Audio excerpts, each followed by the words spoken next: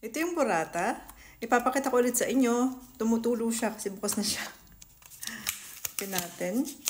Meron siyang tubig sa loob. Ito yung itsura niya.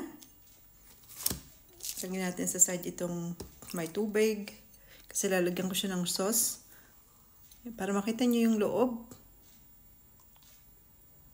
Malambot siya. Hindi katulad siya ng mozzarella na medyo matigas.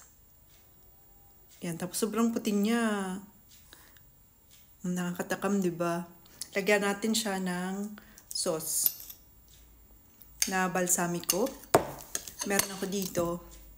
Yan yung lalagay natin. Ang dami naman nun. Yan. Cheers. Masarap din ito kung merong basil na yung basil na dahon. Kapag kinain mo lang siya ng walang sauce, lasang ano lang siya, parang gatas at saka cheese. Yun lang yung lasa niya. Hindi siya maaalat. Kaya mas masarap, ang creamy. Ang creamy.